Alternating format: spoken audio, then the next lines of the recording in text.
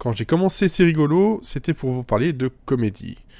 Mais dans le sens large, les sitcoms, etc., la création, des origines, des anecdotes. Pas uniquement vous parler des séries qui, moi, m'ont plu. Hein, je peux vous parler peut-être aussi de nouveautés, hein, plutôt que d'aller chercher dans mes souvenirs. Et il y a d'autres choses aussi que j'aime justement autour des sitcoms et des comédies, c'est d'aller chercher des informations sur les gens qui les font, qui les écrivent, qui les tournent ou qui les créent. Pour ça, il y a un livre qui, moi, m'a marqué dernièrement et s'appelle Sitcom Writers Talk Shop, qui est écrit par Paula Finn. Un livre que vous pouvez trouver un peu partout, entièrement en anglais, il n'y a pas de traduction du tout, pour à peu près une trentaine d'euros.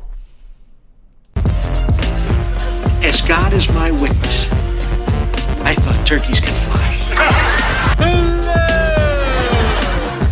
We were on a break! That's what she said. Bazinga. It's gonna be legend. Wait for it. Dairy. Cool. Cool. Mais qui est Paula Finn? Paula Finn, en fait, c'est une auteure de livres comme Believe in Yourself, When Love Isn't Easy et Make This Your Day, entre autres. Mais c'est aussi la fille de Herbert Finn. Herbert Finn, ce n'est juste que l'un des auteurs créateurs de The Honeymooners, dont je vous avais parlé au tout début de ce podcast, ou encore des Flintstones. Voilà. Il y a eu d'autres séries, hein. Il a écrit pour Dick Van Dyke et le Dick Van Dyke Show et plein de choses. Donc en gros, c'est un peu normal que cette femme parle de sitcom et aille chercher des interviews et des entretiens avec des écrivains de sitcom, puisqu'elle a baigné là-dedans depuis toute petite. Et c'est ce qui fait peut-être aussi la première grande qualité de ce livre, c'est qu'on est vraiment en terrain... pas en terrain conquis, mais en terrain déjà battu et déjà presque gagné, ce qui permet d'avoir des entretiens beaucoup plus profonds et surtout beaucoup plus le cœur ouvert par rapport à ces auteurs. Alors, que propose Sitcom Writers Talk Shop? C'est avant tout 15 entretiens avec des grands noms comme... Larry Charles pour Seinfeld, David Lee pour Frasier, Phil Rosenthal pour Tout le monde aime Raymond, des Al Jean, Mike Rice pour les Simpsons, James L. Brooks aussi qui en fait partie, Trevor Silverman pour le Mary Tyler Moore Show, Leonard Stern, enfin de grands noms des sitcoms classiques, voilà, des années 50 jusqu'aux années 2000 quasiment. Et ce sont des entretiens qui vont aller chercher du côté du processus de création, du processus d'écriture, pas juste vous dire que voilà, ça se passait comme ça, telle personne était gentille, telle personne était méchante, ça s'est bien passé, c'est pas bien passé. On finit par le savoir un petit peu, mais globalement c'est des écrivains, des auteurs qui se livrent et qui en fait parlent de l'humour, comment on crée cet humour-là, comment ça se passe en background, comment certaines idées sont apparues, ont été censurées, parce qu'il y a aussi toute une partie dans l'Appendix où on parle, et hop, je reprends, voilà, il y a carrément un dossier sur la censure, avec des petites anecdotes plus ou moins longues au niveau paragraphe, les hauts et les bas des carrières. Donc il y a quand même vraiment beaucoup de choses, voilà, les plus gros rires, qu'est-ce qui s'est amené, comment ils ont été présentés les projets. Donc c'est quand même très intéressant, c'est très inspirant aussi pour quelqu'un qui aimerait écrire ou savoir comment on se met dans le processus créatif d'écrire, on vous donne pas un how-to tel quel, mais c'est des retours sur la carrière de gens, de grandes personnes du sitcom américain, qui vous disent « Ah ben oui, d'accord, ça se passait comme ça, je vois comment ils le font, c'est très inspirant, moi-même, ça m'a redonné envie de réessayer d'écrire et de me rendre compte que finalement, ce côté, on est tous un peu imposteurs, ou le fait d'écrire pour faire rire, en fait, justement, c'est quand même quelque chose de très très compliqué, parce que parfois ce n'est pas, surtout à la TV, c'est pas ce qui a été écrit qui était drôle, c'est ce qui était joué qui fait que c'est drôle. Donc voilà, c'est des éléments de vie de se dire que des gens aussi célèbres, aussi talentueux, encore aujourd'hui, en fait, ont plein de doutes sur leur qualité.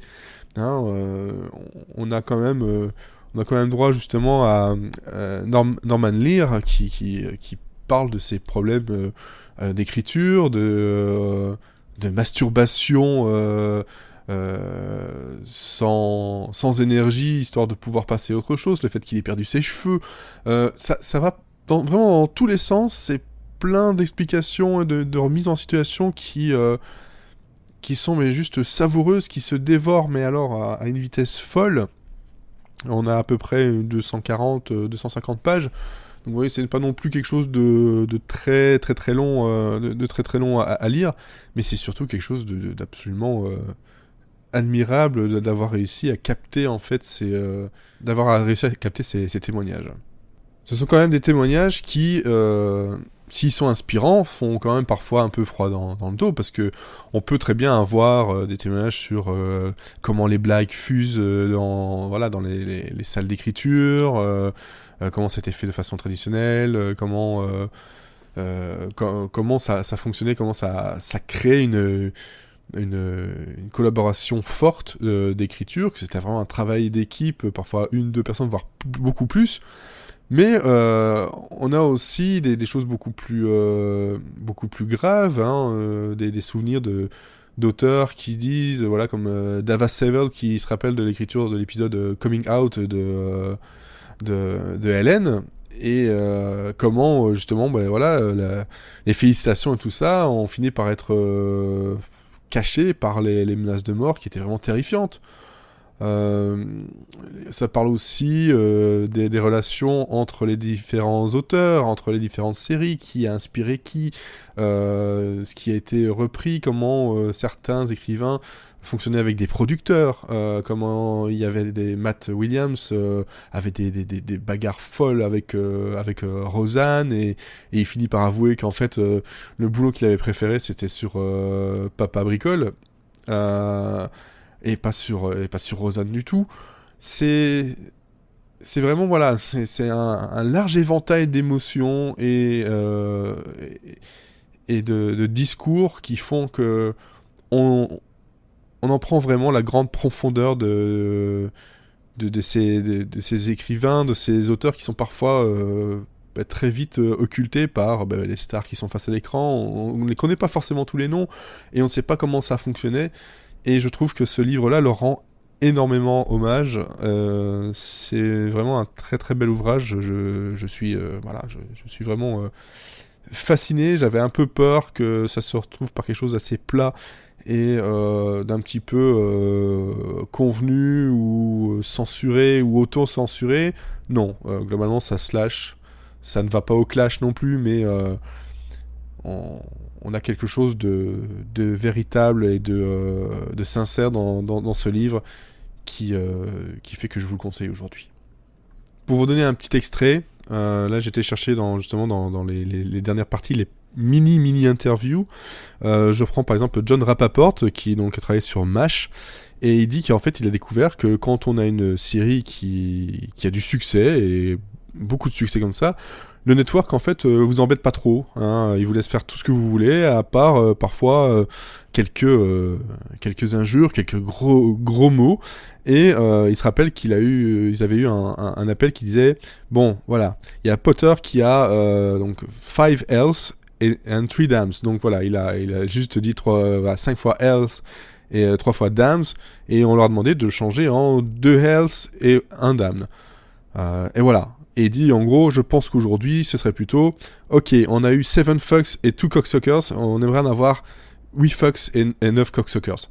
Donc, c'est vraiment pour montrer les différentes époques, la façon dont pouvait être gérée justement la censure niveau écriture, et le fait que, globalement, il y en avait qui avaient quand même beaucoup de liberté, parce que franchement, ça prête à rire aujourd'hui de voir ce genre de censure. Je lis aussi... que par exemple, voilà, Jane Perrett dit qu'il voilà, y a quelqu'un qui a écrit un livre un jour sur la comédie, et la première chose qu'il a écrit sur la page, c'était « Vous ne pouvez pas donner de cours de comédie, mais vous pouvez l'apprendre. » Et à la 3e page, il dit « Je voudrais remercier ces personnes pour m'avoir appris tout ce que je sais à propos de la comédie. » Et il dit ça, c'est quelque chose que je trouve absolument drôle et à pleurer de rire. Voilà, donc c'est des choses comme ça c'est des mini trucs qui se trouvent à la fin. Voilà, les plus gros rires, les plus grosses censures et ce genre de choses comme je disais. Mais après le reste, c'est vraiment du bonheur si vous n'êtes pas effrayé par l'anglais. En tout cas, c'est une bonne façon aussi de le parfaire. C'était donc mon avis sur le livre Sitcoms Water Talk Shop de Paula Finn, sorti le 15 septembre 2018. Oui, c'est pas récent, mais bon, Noël approche, vous savez ce que vous pouvez demander comme cadeau au Papa Noël. Je vous donne rendez-vous dans pas trop longtemps, j'espère, pour parler de comédie, peu importe la forme. À bientôt, et bonne série.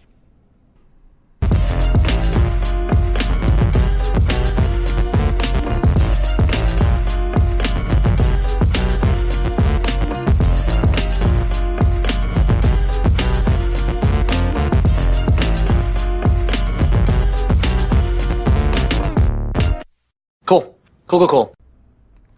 Bon sang que c'était nul comme fin. Oh bordel.